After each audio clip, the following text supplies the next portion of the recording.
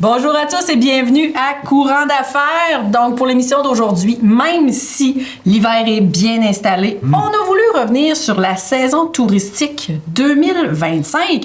Donc, l'été va avoir été marqué par des belles réussites, beaucoup de visiteurs, plusieurs nouveautés. Donc, on revient là-dessus. Vraiment intéressant, beaucoup de chaleur aussi, on va certainement en parler. Et comme chaque année, on en profite pour regarder bien sûr vers l'avenir. Comment préparer une saison 2026 encore plus forte? Quels projets sont en cours? Et comment mieux faire connaître notre région aux visiteurs d'ici et d'ailleurs? C'est un peu l'objectif de cette émission. Exactement. Et là, pour en discuter aujourd'hui, on reçoit avec nous dans notre premier bloc Valérie Landry-Caillouette, donc coordonnatrice du développement touristique à Développement économique Matane. Alors, bienvenue Valérie. Merci, bonjour. Dis-moi donc, j'aimerais savoir si tu avais à décrire la saison touristique 2025. Donc, l'été 2025, avant qu'on touche à l'hiver 2025 qui est en cours. Donc, la saison touristique estivale 2025. Donc, si tu avais à le décrire en un mot ou quelques, je te donne quelques mots. Marge, ou en image, ça serait quoi? Ben, j'entendais chaleur, évidemment. J'aurais le goût de dire performance aussi. On a vraiment... Pourquoi chaleur? Ben, on a senti vraiment l'intérêt des plans d'eau, de la baignade, des activités autant bord de lac, rivière, mer. Performance, mais on voit vraiment la performance économique, là aussi, qu'il y a des établissements d'hébergement, des ports de marché qu'on est allé chercher encore cet été. Donc, c'est des mots qui me viennent rapidement comme ça à l'esprit en termes de saison touristique estivale 2025. Ben oui, puis là, c'est fait déjà quelques années, Dame Nature est vraiment de notre côté. Oui. On est très chanceux, soleil, chaleur, comme on disait tout à l'heure, donc c'est sûr que ça aide à attirer les touristes et à faire rouler notre économie là, pendant la saison. Donc, selon toi, les faits saillants de la dernière saison touristique en Matanie, c'est quoi? Je dirais qu'on a eu quand même beaucoup de belles surprises avec des allongements de saison. Tu sais, les mois de mai-juin, puis les mois de septembre, on fait vraiment des gains là, d'année en année dans ces mois-là. On le sent que, on veut se positionner 4 saisons, mais on veut surtout prolonger aussi les saisons. Le mois d'août devient toujours de plus en plus fréquenté. Tu sais, on aime ça mesurer toujours le pouls après les semaines de la construction. Ben oui. Puis finalement, tu sais, le gros pic de la saison arrive toujours après. Puis ça, c'est vraiment clair. On voit vraiment qu'il y a eu une effervescence, un dynamisme là, dans la région de Matane cet été encore, notamment par tout ce que la ville a aménagé. On en parlait un peu précédemment. Oui. On a vu aussi toutes les sorties en mer, les observations de baleines, de mammifères marins tout l'été avec les gens de Destination de mer qui ont sorti pratiquement tous les jours avec tous les bateaux. On a vu aussi toute l'animation, la programmation d'activités un peu partout en ville, que ce soit l'Agora, que ce soit les talents chauds, centre-ville. On voit toute cette effervescence-là là, que les acteurs touristiques et municipaux développent, là, en fait, toutes ces initiatives-là qui permettent de faire un beau bouillonnement d'activités pour la clientèle. Ah oui, puis tu sais, moi, pour être commerçante au centre-ville, un commentaire qu'on entendait énormément cet été, c'était « Mais votre avenue Saint-Jérôme, c'est donc bien beau qu'est-ce qui a été fait, les aménagements, et ça invitait les gens à rentrer dans le centre-ville, à se rendre jusqu'au Parc des Îles, à profiter tout le long du passage, les commerces, les établissements de restauration, donc profiter des activités. Donc, c'était vraiment génial. Et avec le marché public, là, si on ajoute tout ça, ça fait une grande axe jusqu'au Parc des Îles. C'est incroyable. Il faut que les gens rentrent en ville pour voir un peu tout ce que Matane a à offrir, parce que c'est sûr que si on s'en tient à la 132, on manque tout ça. Puis c'est toujours le commentaire des gens de dire « Oh mon Dieu, votre parc au centre-ville est donc bien magnifique, il y a plein de choses à faire. » Fait que, tu sais, d'inciter les gens à rentrer, puis cette belle capacité-là de se promener à pied, puis de connecter les commerçants, les attraits avec le Parc des Îles et tout ça, vient vraiment donner un positionnement pour Matane d'un petit pôle touristique urbain fort. Ça a un cachet. Quelque chose on vient avec la promenade des capitaines qui, d'année en année, avec Histoire de promenade. Qui est incroyable pour nous, les Matanais, mais de plus en plus pour les gens de l'extérieur qui viennent aussi expressément pour aussi prendre le temps d'aller marcher puis de faire ce lien-là. Exactement. Justement. C'est intéressant. Oui. Donc, au niveau des tendances particulières de la clientèle cet été? Oui, on voit un peu de tout. Hein. On a des clients majoritairement québécois, évidemment, qui nous visitent. On a quand même beaucoup de clientèle hors Québec qui viennent de la France. Ce qu'on voit comme tendance, c'est sûr que la mer, les paysages, la mer, c'est toujours les principales motivations de venir visiter la Gaspésie. Matane, évidemment, est comme une étape incontournable. On se positionne toujours à ce niveau-là. C'est sûr, nos défis, c'est de prolonger les séjours et de se positionner comme destination. On voit des améliorations, mais il y a clairement des tendances qui se dessinent sur des comportements au niveau de la planification de voyage. Ça, c'est sûr, au niveau de l'hébergement, dernière minute un petit peu, on se planifie avec la météo, on essaie de voir. Comparativement aux dernières années. Ouais, tu sais, on dirait qu'on est revenu un petit peu plus à pas trop anticiper d'avance parce qu'on veut regarder ce qui se passe au niveau météo pour choisir notre destination. On voit aussi des clientèles de l'Ontario puis des provinces maritimes un peu plus en augmentation. Ça, c'est intéressant. Puis dans des périodes comme mai-juin aussi, fait que ça, c'est des tendances qu'on a observées. On voit aussi avec le phare de Matane qu'on a parlé et qu'on gère quand même une augmentation aussi des visites du phare. Donc, il y a un intérêt quand même pour les attraits culturels, même en journée chaude et ensoleillée. Oui. C'est des expériences qu'on voit. Dans l'autonomie, on a développé un audio-guide il y a 2 ans, puis on voit vraiment qu'il y a une augmentation dans ce type de visites-là, en autonomie, qui ne sont pas nécessairement des durées énormes, mais qui viennent combler des temps dans l'horaire de vacances des gens. Comme tendance aussi, peut-être qu'on a pu remarquer un petit peu plus, il y a assurément la nature, les sorties en mer, les activités extérieures organisées comme ça, où on profite pleinement de la nature, c'est toujours en augmentation. Et là, tu le disais, Valérie, si on pense à destination haute mer, on pensait souvent vraiment à la pêche avant. Maintenant, c'est de l'observation. Il y a beaucoup de choses qu'on peut faire à bord du bateau sans obligatoirement pêcher. La chance de voir des baleines ou autres mammifères marins, c'est quelque chose. Et puis, même pour nous, c'est des expériences uniques d'avoir cette possibilité-là d'être aussi près de la nature, il faut le dire. Il y a beaucoup de clientèle locale régionale qui sortent en mer, puis les gens, en fait, recherchent ça à Gaspésie, c'est sûr. Ça peut être de l'aventure bien douce, contemplative d'un coucher de soleil, puis de l'observation. Oui. Puis je pense que c'est ça, le poisson n'a pas été en quantité nécessairement si abondante encore cette année, et c'est justement le discours, je pense, aussi de promotion de ces activités-là va peut-être un peu plus évoluer, changer, parce que justement, la clientèle aussi...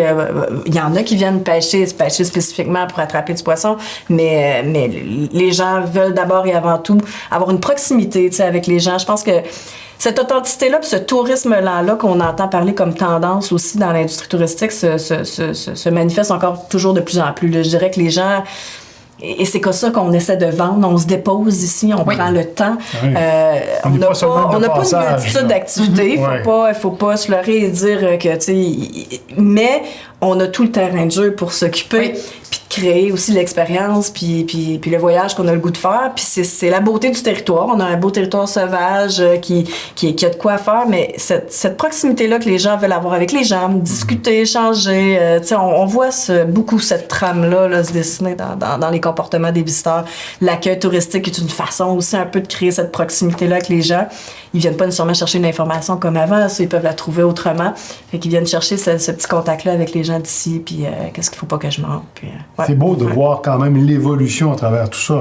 Ben oui. Vous allez me dire, il faut absolument évoluer si on veut justement attirer plus de monde, mais c'est quand même très compétitif, on le sait, avec les autres régions aussi. Oui. La Gaspésie a toujours une belle petite un beau privilège d'être dans le coup de cœur des Québécois.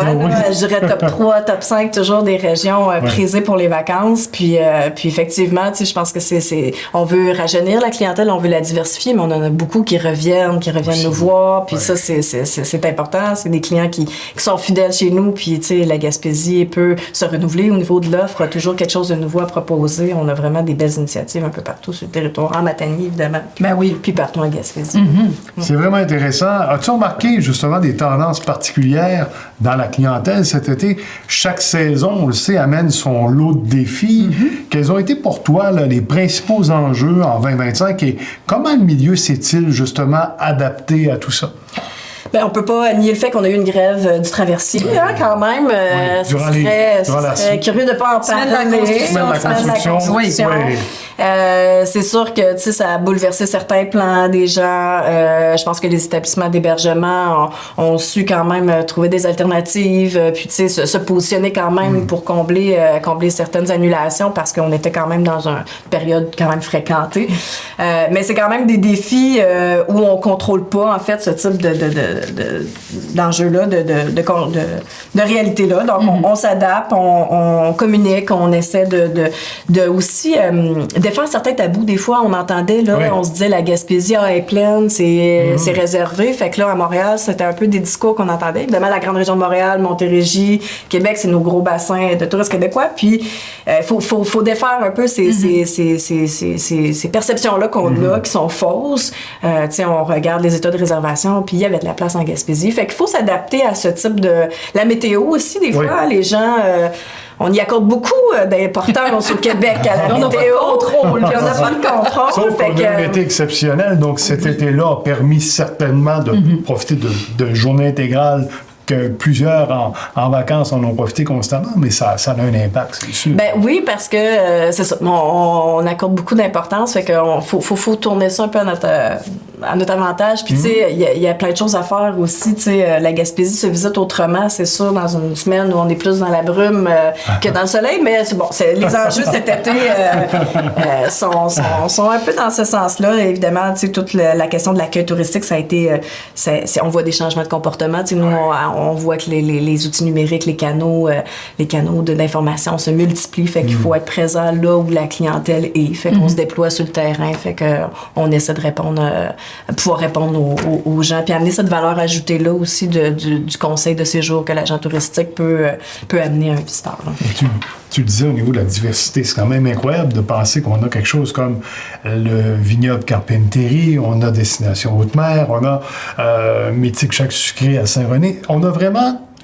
c'est très, très diversifié de ce qu'on a en Matane depuis peut-être quelques années aussi. On a vu naître beaucoup de nouveaux joueurs qui font en sorte que on est encore plus accueillant. On a une belle diversité là, à ce niveau-là pour toute la famille. Là. Oui, on a un positionnement qui répond à des clientèles familiales. Avec certaines offres touristiques, les jardins de Doris, on aussi. A le parc des îles, on a plein d'infrastructures pour les familles, les couples aussi sans enfants qui ont juste le goût de belles balades, de découvertes gourmandes. On a plein de producteurs qui sont accessibles à la ferme aussi, outre le marché public, pour aller s'approvisionner de produits. Au niveau de la clientèle aventure, nature aventure, plus aventure, disons. Le Sentier international des Appalaches connaît vraiment une excellente progression au niveau du territoire de la réserve faunique de Matane. On a vraiment des sentiers qui sont de plus en plus de qualité. On a une clientèle européenne, française aussi qui aime beaucoup la randonnée, où on voit vraiment des augmentations aussi de ces activités-là en plein air, en randonnée pédestre. C'est vrai, absolument. Fait qu'on peut répondre à... Puis on a évidemment les chasseurs et les pêcheurs qui sont des niches aussi bien spécifiques. Ça, on va en parler dans notre deuxième partie de l'émission, assurément. Mais moi, je suis curieuse de savoir, tu sais, on parlait tout à l'heure, des défis, oui, la température et tout. On vit avec la main-d'œuvre aussi, qui est très changeante. Hein? C'est très différent de ce que ça a déjà été. Hein? Il y a certaines années où nous, on était étudiantes que ce soit les pas les food trucks, mais dans les petites casse-croûtes ou dans les restaurants et tout, il y avait de la main-d'œuvre. Et là, maintenant, c'est complètement différent. Donc, au niveau des attraits touristiques, est-ce que c'est quelque chose qui a pu causer des défis supplémentaires à certains, que ce soit entreprises touristiques, que ce soit au niveau des établissements d'hébergement et tout? Oui, c'est certain. Ça a des fois un impact sur la durée d'ouverture, les opérations, sur le nombre d'heures d'ouverture dans une journée. On compose avec plus d'employés, on innove, on partage ou on combine des temps partiels avec des temps pleins pour combler l'ensemble des opérations. Mais on est beaucoup en mode inversé, donc on essaie de répondre le plus possible à nos employés qui ont des demandes.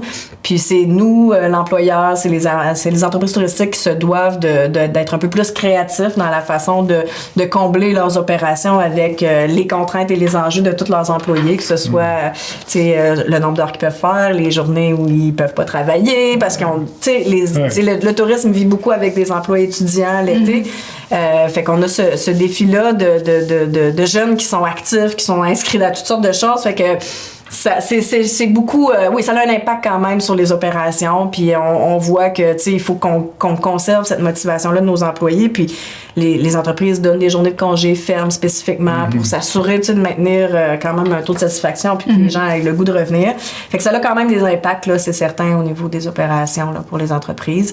Mais je pense que tous ceux qui ont cette agilité-là, un peu d'être un peu plus créatifs, puis de les impliquer dans aussi la façon d'opérer, tu sais, peut-être différemment, compte tenu des contraintes, c'est comme ça qu'on réussit à un peu plus attirer notre épingle. J'ai même l'impression, j'oserais dire, moi, que le touriste lui-même, c'est maintenant qu'il doit s'adapter à ces nouvelles façons de faire, que ce soit ici ou ailleurs. Ouais. Donc, je pense peut-être qu'on change un peu notre mentalité, même en vacances, de comprendre aussi, bon, ben OK, ça va fermer à telle heure, on va devoir y aller peut-être plus tôt ou s'ajuster en conséquence, mais c'est intéressant quand même, et ce sont les réalités actuelles aussi, il faut le dire. Et puis c'est partout pareil. Oui, c'est à la grandeur du Québec, tu vois, il va y avoir, tu sais, moi l'été dernier, j'étais à Baie-Saint-Paul. Baie-Saint-Paul aussi, il manque de main-d'œuvre dans certains endroits, puis qui ferment à des heures différentes. C'est ça. Ce qui est important, c'est d'essayer de garder une certaine constance pour que dans la communication, qu'on sache que, ben, tu sais, les périodes de fermeture sont pas aléatoires, puis qu'on est capable un petit peu de planifier puis de prévoir, d'anticiper. Fait que, tu sais, je pense que c'est ça la clé pour pas trop perdre là, de clients, mais c'est sûr que les visiteurs sont conscients que les lundis en restauration, c'est plus difficile. Les établissements. Ah, et à telle heure, c'est fermé. Normalement, ça c'est ouvert, c'est vrai. Sont plus restreintes. Aussi en fin de saison, en début de saison, c'est toujours un peu l'offre et la demande là, qui joue des fois en notre faveur. Mais, oui, parce qu'en plus, on étire de plus en plus. L'été, on le disait tantôt, en septembre, les étudiants sont retournés à l'école, donc il y a de complications là encore quand même pour plusieurs entreprises. Mais justement, quel succès ou amélioration t'ont particulièrement marqué cette année si tu dresses un grand profil de tout ça? La réussite de l'hébergement, parce qu'on a vraiment maintenant des nouveaux tableaux. Là. Je suis pas quelqu'un dans la vie qui adore les chiffres et les statistiques, mais c'est quand même le fun d'avoir des statistiques maintenant propres à notre MRC, ce qu'on n'avait pas, on n'avait pas auparavant, c'est des statistiques régionalisées, Gaspésie, Bas-Saint-Laurent. Puis, on pouvait difficilement, tu sais, c'était par nos sondages plus maison qu'on allait questionner un peu plus sur notre territoire MRC. Puis pour moi, ça, c'est une... Tu sais, la part de marché qu'on a en Gaspésie, le succès, le parc d'hébergement qui a une solidité là, au niveau de sa capacité à accueillir, évidemment, mais comment je dirais, il y a une performance hôtelière je dirais c'est dans 4 unités et plus là, les tableaux qu'on a qui nous permettent de voir justement qu'est-ce qu'on récolte dans la Matanie en termes de retombées économiques puis de nombre de visiteurs, de nombre de nuitées. On voit vraiment ce succès-là puis cette capacité-là de travailler justement à prolonger les saisons. Le parc d'hébergement, on a les capacités puis on a vraiment des hausses. Tu sais, c'est sûr que les taux d'occupation sont meilleurs. Évidemment, il y a une hausse tarifaire, fait qu'on génère des revenus supérieurs. Les retombées sont donc plus importante chez nous.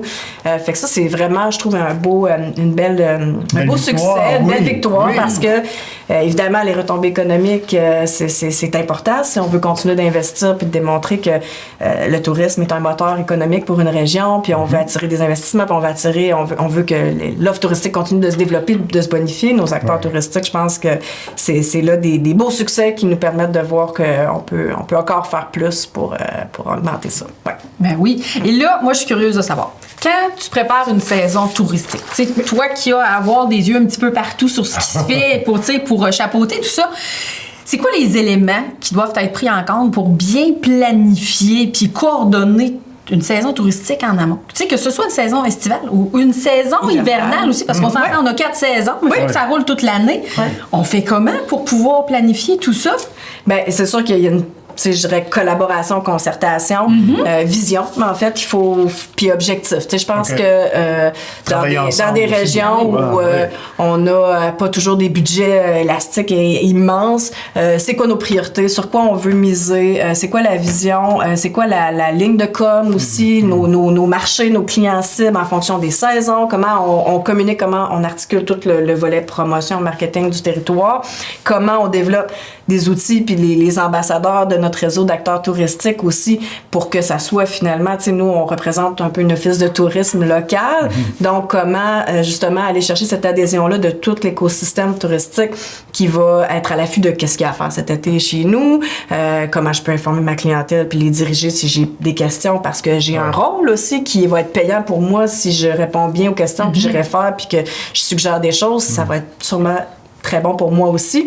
Fait que de développer cette collaboration-là, il y a évidemment toute une organisation d'opération au niveau d'une entreprise, nous, que ce soit le Fort ou pour un autre, évidemment, toute la question RH, horaire, gestion personnelle durant les périodes fréquentées, début de saison, en fonction des contraintes, RH qu'on nous communique en début de saison. Tout ça, il faut figurer ça aussi pour bien opérer, pour être le plus efficient possible. Puis, de développer beaucoup, puis ça, je pense qu'on réussit à le faire de plus en plus, des partenariats avec les entreprises privées qui ont des clients cibles qui veulent rejoindre, nous proposent des actions qu'ils aimeraient développer de concert avec l'organisation de promotion touristique locale et régionale. Fait qu'on a fait venir Lydiane Autour du Monde, exemple, l'an passé. Ça a été une belle concertation de plusieurs acteurs qui ont collaboré à développer le séjour, puis on a travaillé ça avec Tourisme Gaspésie aussi, qui a été partenaire. Fait ça, on veut vraiment des relations publiques avec les salons consommateurs aussi. On se présente sur 2 salons depuis quelques années avec le salon motoneige et quad et le salon aventure plein air qui est à Montréal. Qui ont lieu à Montréal les deux. Salon motoneige quad, c'est Québec, puis salon plein air. Il y en a aussi sur Québec, mais celui qu'on fait est sur Montréal pour le plein air en mars. C'est une belle et ça, là, on a vraiment... Tu sais, c'est la Gaspésie qui se présente, puis la Matanie, puis chaque sous-région sont présents avec soit des entreprises ou avec des agents d'information de leur territoire. Fait qu'on est vraiment en mode concertation et destination gaspésienne où chacun, en fait, travaille parce qu'on sait que c'est quand même la Gaspésie qu'on choisit d'abord et avant tout. Des fois, on choisit la Matanie aussi spécifiquement. On a beaucoup de gens qui viennent visiter les parents Yanni. Hein? Des Gaspésiens, on a toute une parenté à quelque part.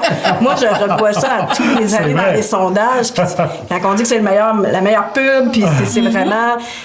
Ça, c'est quelque chose qu'on voit, puis on a vraiment des écarts. On a, oui, un 40% que c'est du 1 à 3 nuitées, puis on en a aussi là, dans le 5 nuitées et plus. Là, bon. Ça, c'est vraiment des gens qui viennent, qui ont choisi la Matanie parce qu'ils visitent leur parenté. Puis et on ne parlait pas de ça il n'y a pas si longtemps. Tu sais, de 5 nuitées, c'était plutôt rare. On disait beaucoup que Matane était de passage. T'allais à Matane pour repartir, oublie ça. Parce qu'aujourd'hui, on est ailleurs. Il y a une grande proportion de clients qui viennent visiter leurs amis ou parents. Puis ça génère des locations de nuitées dans des résidences de touristes, chalets. Puis ça, c'est sur du plus long séjour. Donc, c'est certain que, si je me rappelle de ta question, là, je suis partie sur d'autres choses. Oui. Mais il reste que quand même, à travers tout ça, on voit quand même qu'on s'est amélioré avec le temps, mais c'est une concertation de vraiment plusieurs personnes. Il faut travailler ensemble, c'est ça, pour justement dans des salons comme ça, consommateurs, on a encore un travail de développer la notoriété, la visibilité de la région, quand même Matanie dans l'écosystème de la Gaspésie, mais on voit ces initiatives-là de concert avec les entreprises sont très, très, très payantes dans le sens on réussit vraiment à attirer, on a fait des concours dans le cadre de ces salons-là, on a accueilli des nouveaux visiteurs qui n'avaient jamais visité la Matanie, qui ont fait un séjour, entre autres, dans la réserve Matane, ils ont eu des activités de randonnée, tout ça, puis ils ont dit coup de cœur, on va revenir, on connaissait pas, tu sais, c'était des grands fans de randonnée. Ouais. Fait que ça, c'est des beaux petits cadeaux qui nous permettent de continuer de poursuivre ces actions-là qu'il faut faire toujours pour positionner la région là, dans ces activités. On parlait tout à l'heure tourisme 4 saisons. Oui. Donc, à ton avis, comment tu vois la Matanie se positionner dans cette perspective-là, d'étirer nos saisons touristiques, de les faire durer plus longtemps, qui vivent sur les 4 saisons? Oui. Bien, je pense que ça passe par une stratégie en fonction de justement c'est quoi l'offre qu'on a en fonction des saisons et des clients potentiels qu'on peut aller chercher durant ces saisons-là.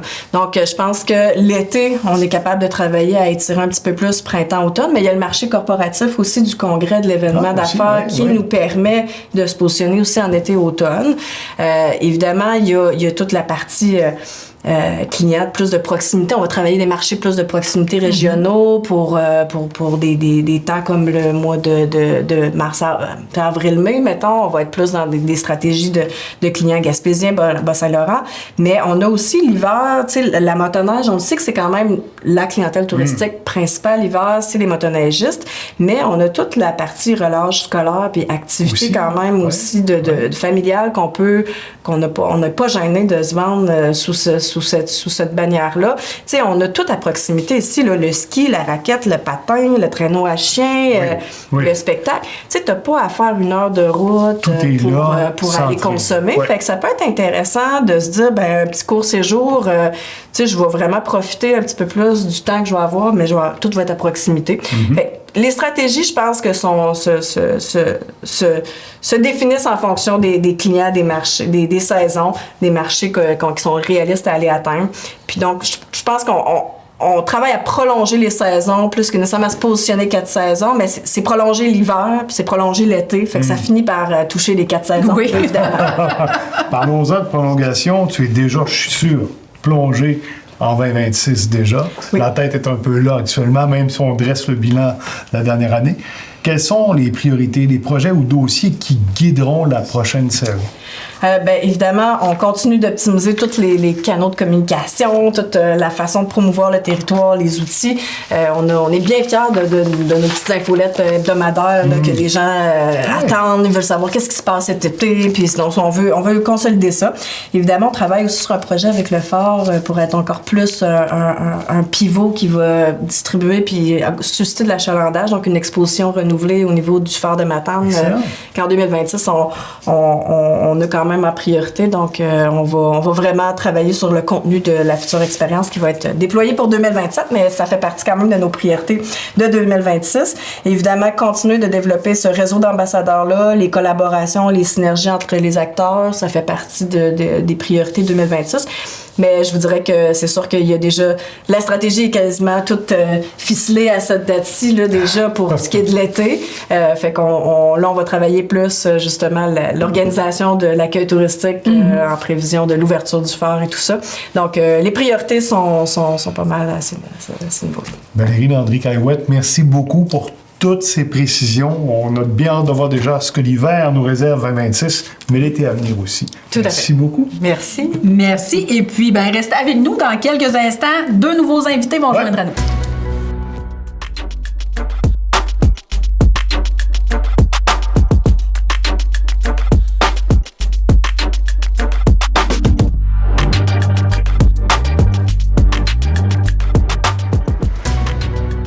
Le tourisme en Matanie, c'est aussi une histoire de nature, de rivière, de montagne et d'aventure. Et avec nos invités aujourd'hui, on plonge dans le plein air. C'est le cas de le dire. On accueille 2 spécialistes, 2 pros. Je le dirais comme ça. Le directeur de la réserve faunique de Matane, M. Dan Gagnon, et le biologiste et directeur général de la rivière Matane-Saugerme, Sébastien Lavoie, qui sont avec nous sur le plateau. Bonsoir. Messieurs, ça va bien? Bonsoir. Oui, bonsoir. Merci beaucoup d'être avec nous autres. C'est très apprécié.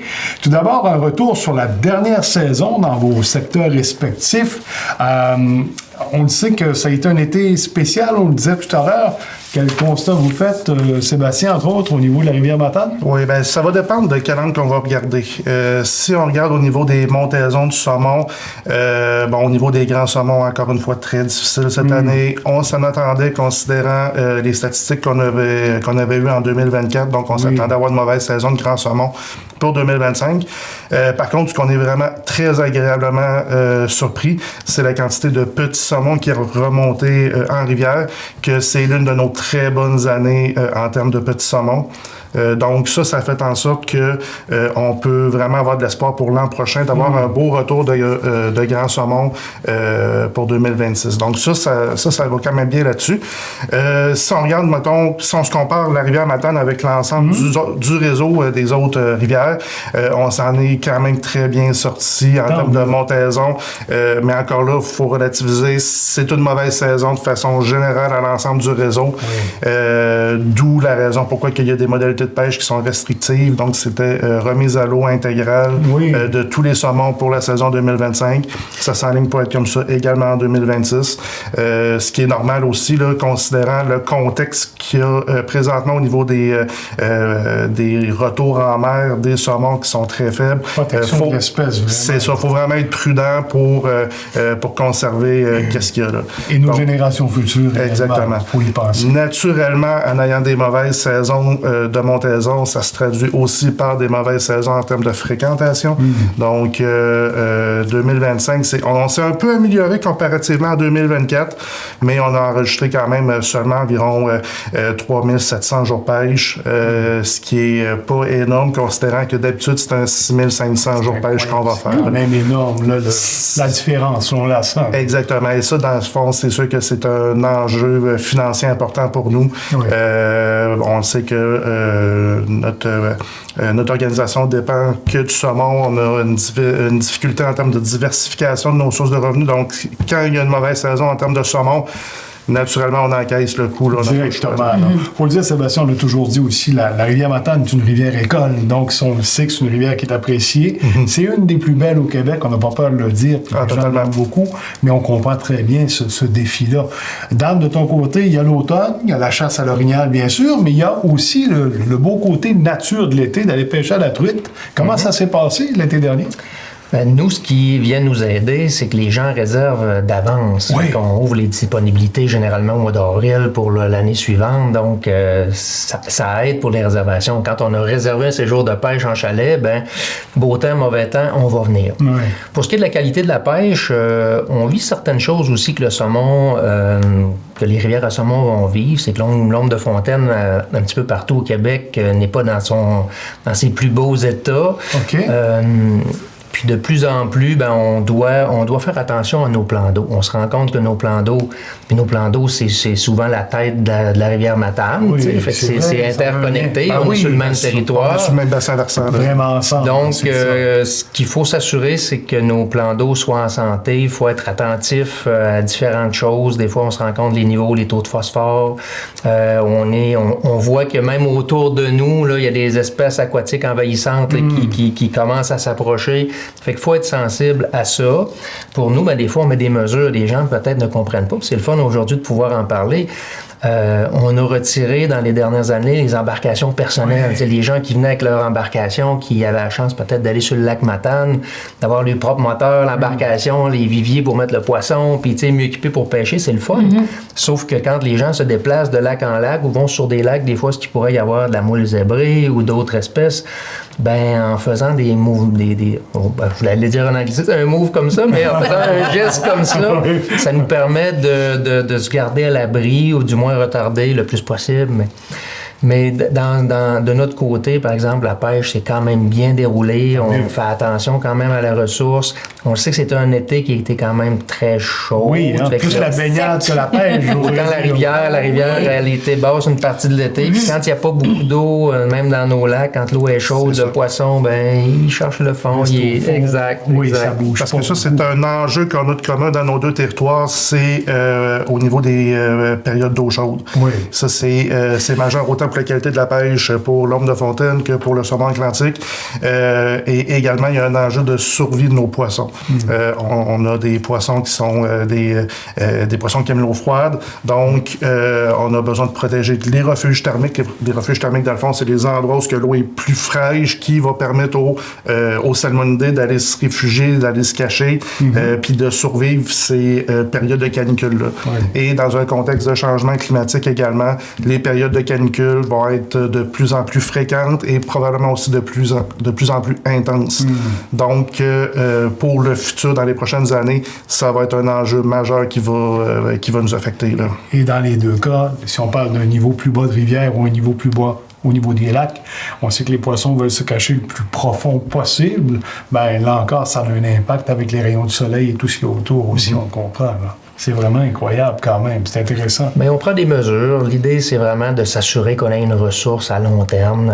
Je pense que les gens doivent, des fois, se posent des questions, mais quand des fois on diminue un peu les quotas ou qu'on va arriver avec des engins particuliers, des lacs seulement pêcher à la mouche, ou des fois on fait de la sensibilisation sur la remise à l'eau. Là, énormément. La ZEC en fait beaucoup. C'est pêche à la mouche intégralement, mais nous, les gens, des fois, vont pêcher à la cuillère avec un hameçon que le poisson va avaler complètement. Fait que quand il est pincé juste sur le bord de la bouche versus quand il l'a avalé, on sait que ça peut être différent. Fait qu'on a des mesures. Puis là, on demande aux gens maintenant, dans différents lacs, des fois, de ne pas remettre à l'eau un poisson qui a été pogné, tu sais, pour justement, on sait que les chances de mortalité sont très élevées. Mais les gens sont très, très sensibles à nos commentaires. Puis on le voit aussi, même dans le monde du saumon, là, je pense que les gens sont de plus en plus consciencieux puis de la ressource. C'est vraiment intéressant de voir à quel point vous rejoignez aussi de chaque côté.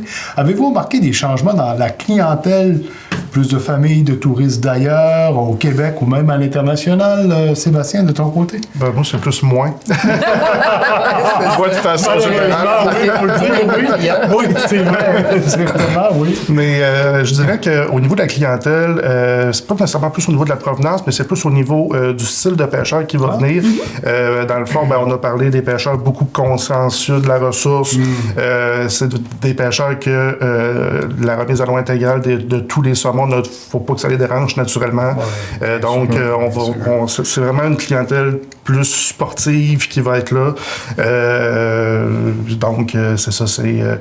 Mais à l'inverse aussi, il y a d'autres pêcheurs qui ne sont pas venus parce que en ayant de la difficulté au niveau d'avoir une ressource qui est abondante, j'ai certains pêcheurs qui me disent j'irai pas mettre une pression supplémentaire qui pourrait venir affecter la ressource. Donc, pour cette raison-là, je vais m'abstenir d'aller pêcher. Donc, c'est bien de voir quand même qu'il y a une conscientisation. Oui, totalement. On comprend en même temps que malheureusement, ça a des impacts, je dirais, financiers à travers tout ça, mais reste qu'au moins, on a la ressource qu'on veut protéger au départ. Dan, toi, de ton côté?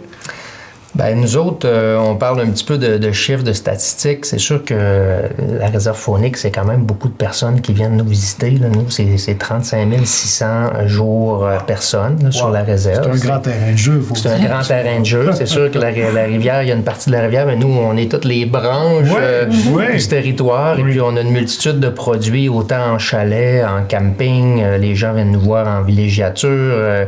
Ils viennent faire de la randonnée, ils viennent faire de la pêche et de la chasse. Là. C'est environ 6500 personnes qui viennent fréquenter le territoire. Très bien. Puis ce qu'il faut dire, c'est que nous, le 3/4 de notre clientèle, c'est 76% de nos clients proviennent de l'extérieur du Bas-Saint-Laurent et de la Gaspésie. Donc, c'est vraiment des gens de l'extérieur qui viennent en Matanie pour faire des activités. Puis, en termes de retombées locales, on sait que chaque jour visite, là, j'allais dire chaque jour pêche, mais je n'ai pas juste chaque jour visite, là, c'est 62 $ qui est mis dans la région là, par les gens, dans les commerces, dans l'économie. Les gens arrêtent à station-service, faire de l'épicerie, et ainsi de suite. Restaurant, exact. Ouais. C'est intéressant. Fait que c'est vraiment beaucoup de gens qui, autant pour le saumon et qui fréquentent le territoire, qui viennent nous visiter. Puis nous, on se partage notre clientèle parce que les gens pêchent le saumon, ils restent dans les chalets ou ils viennent dans nos chalets puis ils vont réserver au saumon. Ouais. Sébastien, il y avait même des gens qui me disaient que cette année, c'est vrai qu'il y a eu peut-être un peu moins de monde, mais ceux qui étaient là ont eu de la superbe qualité de pêche. Dans le fond, si je reste un peu en termes de retombées, chez nous, on est à peu près dans les mêmes eaux, dans le fond, 75 à 80% de notre fréquentation vient de l'extérieur de la région. Donc ça, c'est de l'argent vraiment qui est injecté directement dans notre économie. Au niveau de la pêche au saumon, les études des retombées économiques ont montré que une journée de pêche au saumon pouvait générer 800 $ par jour de pratique d'activité. Là. C'est normal. C'est sûr que la pêche au saumon coûte plus cher en termes d'équipement, que les gens qui vont prendre des guides de pêche avec eux, bon, ainsi de suite. Donc, une saison normale, mettons 6 000 jours de pêche, ben ça, c'est des retombées économiques de 4 à 5 millions qu'on va générer. Là. C'est fou, ça. C'est fou. Et là-dessus, on peut penser, mettons, municipalité de Saint-René, par exemple, les commerces qui sont dans cette municipalité-là, qui bordent la rivière Matane, dépendent vraiment de la pêche au saumon, entre autres, et de la chasse également. Mais c'est une économie vraiment qui est basée sur les activités fauniques. Là. Absolument. Puis là encore, ça nous montre à quel point, oui, il y a l'impact ville-centre, mais aussi les autres municipalités, dont celle de Saint-René. Quel type d'activités ont été les plus populaires cet été de votre côté? Pêche, randonnée, observation, hébergement nature?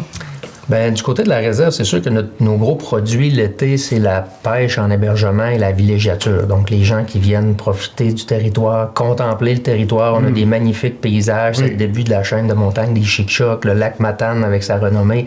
Donc, pour ce qui est des paysages, les gens, c'est le territoire là, parfait. Et puis, par la suite, on sait que notre gros produit vedette, c'est la chasse à l'orignal.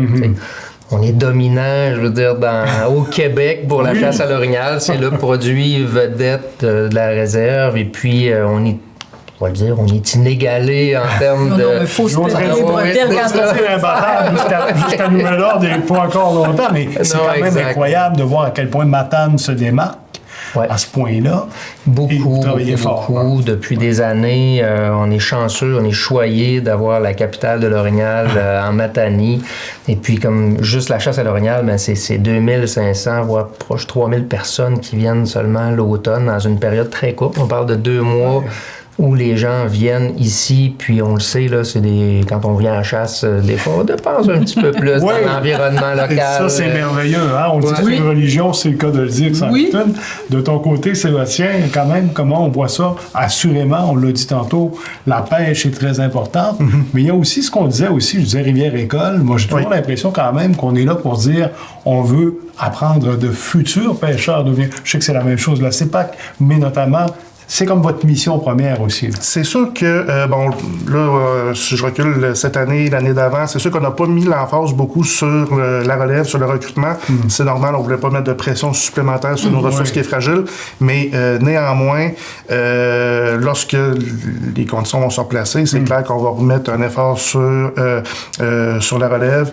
Un des beaux produits qu'on avait dans les dernières années, c'était nos cours d'initiation à la pêche au saumon, qui attiraient vraiment des nouveaux pêcheurs. Donc, c'est un produit qui était, dans le fond, un clé en main. On prenait la nouvelle personne à s'initier, on lui mettait tout l'équipement, il partait avec un moniteur de pêche, apprenait les rudiments de la pêche au saumon pour, par la suite, être autonome pour retourner pêcher. Donc, nous, aussitôt qu'on va pouvoir remettre ce produit-là en fonction, on va le faire, c'est sûr, là, mais malheureusement, pour 2026, on attend encore de voir comment que la ressource va se comporter, mais par la suite, on va y aller dans cette direction-là. Et d'ailleurs, c'est ça, quand on regarde les pêcheurs de façon générale, il y en a énormément qui se sont initiés sur la rivière Matane, qui ont débuté, qui ont fait leurs premières armes chez nous. Pourquoi? Parce qu'on est une rivière super accessible, pas tellement dispendieuse, qui a quand même du poisson en quantité de façon générale, et qui est facile à pêcher aussi. Là. Donc, ça fait tout ça en sorte d'avoir des conditions gagnantes pour initier des... permettre et faire en sorte que des gens continuent de venir, des gens de différents âges, mais de voir la relève qui est là aussi, gars, filles, qui suivent. Ça, on s'occupera, Sébastien, de les initier à la pêche à la truite. On a un forfait famille chez nous, fait que pour les initier à la pêche, après ça, on va les envoyer sur la rivière. On va se faire des passes à la Et là, on parle beaucoup de fréquentation touristique, mais comment on fait pour concilier tout ça avec la préservation du territoire puis de la faune? Parce que, tu sais, quand ça arrive, puis qu'il y a des territoires à protéger, comme tu disais tout à l'heure, tu sais, la pression qui est mise sur la ressource, mais à un moment donné, c'est un double enjeu, là. Oui puis non, dans le fond, quand la conscientisation est bien faite, ça va bien. Pour nous, c'est le contraire, c'est que plus il y a de pêcheurs, la présence de pêcheurs, c'est la meilleure protection pour la ressource. Okay. Dans le fond, Les pêcheurs de saumon, c'est les meilleurs gardiens du territoire. C'est sûr que ça fait une présence dissuasive contre le braconnage, mais également, quand il y a des problématiques au niveau soit du territoire, au niveau de l'espèce, les premiers à nous le rapporter, ce sont les pêcheurs. Donc, c'est des vigiles qui sont sur la totalement. Oui, ça ne prend pas de temps. Quand il y a une problématique qui arrive, très rapidement, on reçoit les commentaires des pêcheurs et on peut réagir rapidement. Donc, c'est vraiment important d'avoir cette présence-là sur notre territoire. Là. Très important. Puis du côté de la réserve? Nous, on se gouverne aussi de la même façon. Ce qu'on cherche, c'est de gérer la ressource en fonction de la capacité de support de l'habitat qu'on a. Autant la forêt pour les orignaux que les lacs pour nos poissons. Donc, nous, on doit être attentifs à ça. On sait que le poisson, il faut faire attention. Les réchauffements climatiques, on le voit beaucoup. Fait que nécessairement, des fois, on prend des actions. On en parlait tantôt avec les espèces envahissantes. Peut-être qu'à un moment donné, on a des lacs qu'on va dire, peut-être qu'il y aura peut-être plus de moteurs à essence, peut-être juste des moteurs électriques pour éviter leur brassage. Puis, des fois, ça augmente les taux de phosphore. Puis tout ça, ça permet la prolifération des algues. C'est toutes des réflexions qu'on doit être attentif. On fait beaucoup de tests sur nos lacs. À chaque année, notre technicien de la faune a sa routine d'aller faire des échantillons de nos lacs, les températures de cours d'eau. On suit ça de près pour être en mesure de s'ajuster aux besoins. Puis pour ce qui est de la chasse à l'orignal, c'est la même chose. On essaie de voir comment l'habitat se comporte. À chaque année, Sébastien aussi siège avec nous parce qu'on siège mutuellement sur nos conseils d'administration. Là, on va dire ça comme ça. On travaille ensemble aussi. Oui. Et puis, à chaque année, on observe comment ça se passe, l'habitat, comment se passe la chasse, les observations faites par les chasseurs, ce qu'une zone, c'est aussi.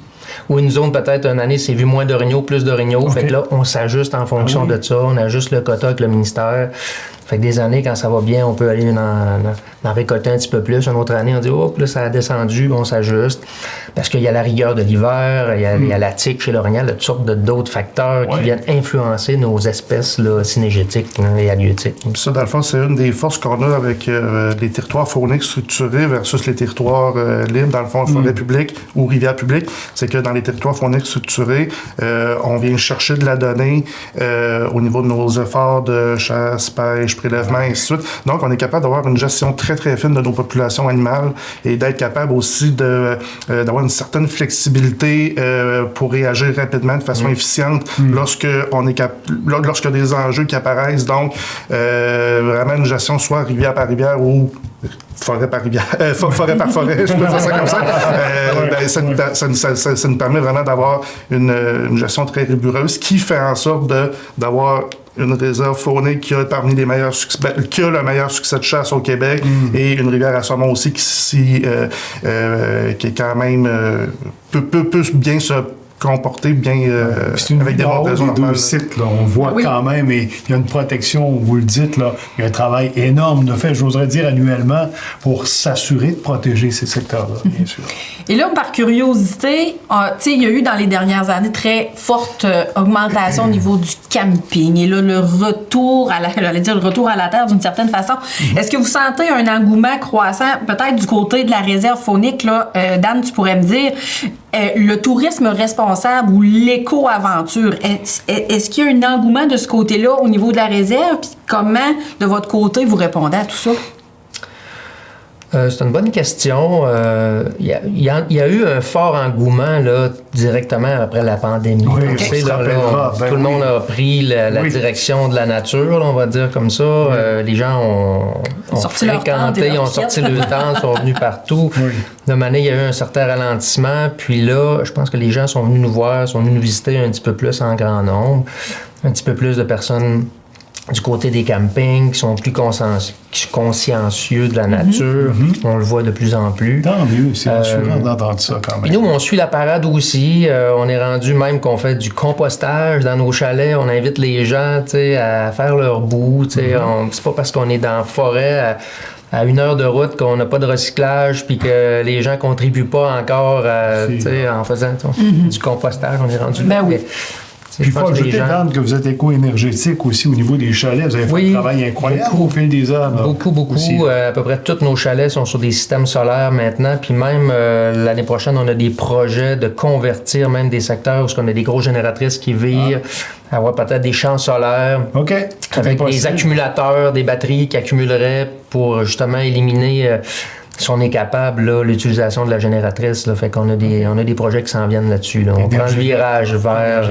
C'est très intéressant. Ben oui. Et là, selon vous, au niveau, que ce soit de la rivière, que ce soit au niveau de la réserve, mais qu'est-ce qui vous distingue dans le paysage touristique du Gaspésien? Qu'est-ce qui fait que c'est ici à Matane que... Écoute, parce qu'on est les meilleurs, c'est juste tout à fait, oui, je me dis bien, mais de votre côté... Quitte à me répéter, Rivière-École, naturellement, comme j'expliquais, la rivière par excellence pour s'initier à la pêche au saumon. Également, on est une des premières grosses... Bon, pas mal des premières grosses rivières en provenance des grands centres. Oui. Donc, on est seulement à 4 heures de Québec. Donc... Et j'oserais dire, Sébastien, même de pouvoir pêcher au centre-ville, c'est pas partout qu'on peut faire ça. Non, ça c'est unique également. Oui, autre chose, là. C'est vrai, intéressant. Donc, pour la pêche au saumon, on est quand même un beau produit d'appel pour la région. Là. Qui est connu partout au Québec, qui est même ailleurs aussi. Là, du côté de la réserve, comment vous vous distinguez dans le territoire gaspésien? On en a parlé tantôt, mais notre produit vedette, on le sait, c'est la chasse à l'orignal.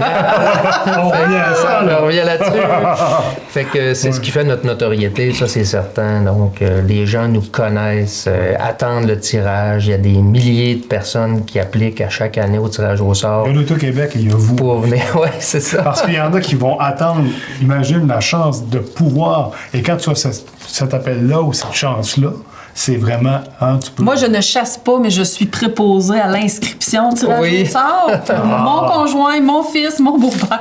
Vous croisez les doigts à chaque fois. Je surveille les dates. Mais c'est un exemple, naturellement, et ça montre la cote de popularité, là encore, au niveau de la CFAC. C'est merveilleux de se la désirabilité de ce produit-là, là, on est choyé.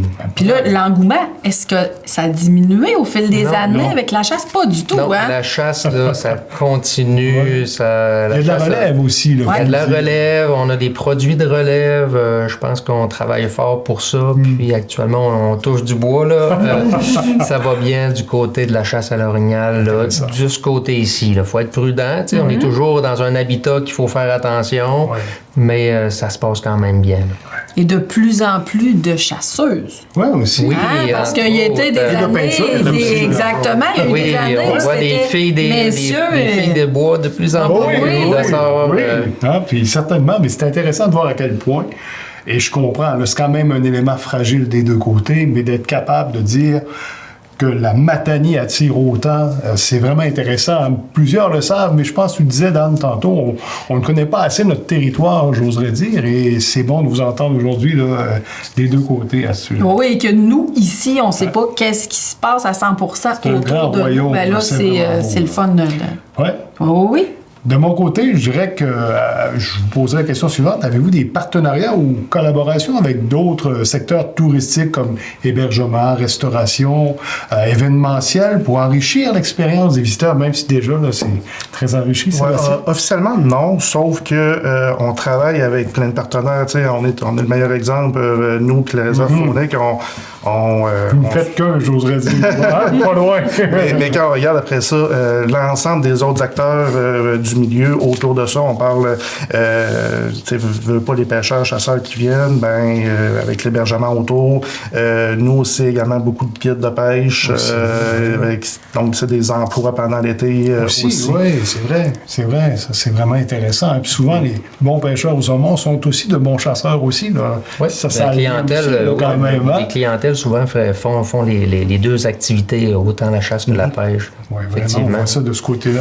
En conclusion, si vous pouviez rêver d'une amélioration ou projet pour la prochaine saison, quel serait votre souhait pour la Matanie? J'imagine, Sébastien, c'est juste de voir augmenter le nombre de grands saumons et de petits saumons déjà. Oui, mais il y a une autre réflexion plus profonde qu'il faut qu'on fasse au niveau de notre organisation. Ça va être de diversifier nos sources de revenus pour ne pas dépendre seulement que de la pêche au saumon. Et qu'est-ce qu'on pourrait faire Faut se réinventer. Faut se réinventer, Okay. là, parce que quand je regarde d'autres confrères dans d'autres rivières ailleurs qui sont capables de gérer d'autres types de produits touristiques, ben ça va être des organisations qui vont s'en sortir un peu mieux pour pas miser sur seulement un seul produit, que quand ce produit-là ne fonctionne pas, ben là on se retrouve... Le bec à l'eau, il faut être capable d'essayer de... Mais c'est bien, mais ce sont quand même de grands défis. Là. C'est des très gros défis parce que contrairement à la réserve faunique, eux, ils ont un territoire terrestre délimité, que à l'intérieur de ça, il y a une possibilité d'aller...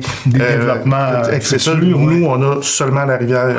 Donc, il faut être capable de voir, de sortir de ce cadre-là, d'avoir seulement de la pêche au saumon. Donc, c'est... Il y a une grosse réflexion qu'on va avoir. C'est intéressant. Dan, de ton côté, justement, le terrain est grand. Là, tu l'as dit. Projet déjà au niveau de ces panneaux solaires, c'est déjà quand même quelque chose de merveilleux. Il y a autre chose à venir? On travaille là-dessus. Avant, je vais te parler de nos partenaires tantôt. Oui, allons-y, oui. De notre côté, on travaille avec différents partenaires. On le dit, on en fait ensemble. On a des concessionnaires aussi sur la réserve. On offre d'autres activités, pas juste de la chasse et de la pêche. On a le Sentier international qui passe, qui traverse la réserve, qui sont là. Les bénévoles font un travail remarquable pour garder le sentier en bon état. Donc, qui bénéficie à l'ensemble de la population, des gens qui viennent nous visiter, c'est en Matanie. Fait que ça, c'est super important. Après ça, on a aussi un partenaire de canyoning du côté là, de Cap-Chat, parce que la réserve va quand même assez loin, qui rentre là, jusqu'au ruisseau Beaulieu. Canyoning qui est un petit peu de l'escalade ou d'écalade. Ils descendent un canyon accroché là, dans l'eau. C'est vraiment spécial pour avoir vécu l'expérience. Oui, quand même. Intéressant aussi. Là. Un concessionnaire de ski qui fait du ski hors piste au Mont-Blanc là, pendant l'hiver. Donc, il y a quelqu'un qui opère là, qui accueille des gens, qui les guident. Ils font des expériences de ski. Donc, ça, on a des gens comme ça qui travaillent avec nous. Et puis, aussi...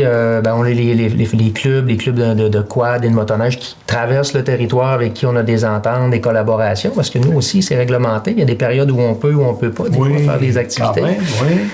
L'hiver, des fois, la motoneige qui passe, puis hop, là, des fois, il y a des ravages, il y a des orignaux. Ben là, comment on s'adapte là, en fonction de l'habitat des orignaux qui sont dans la réserve? Fait qu'on a une super de bonne collaboration avec nos différents partenaires comme ça. J'espère que j'en oublie pas, là, mais sûrement qu'il y en a d'autres à venir. Il y en a d'autres. On est déjà à la fin de l'émission.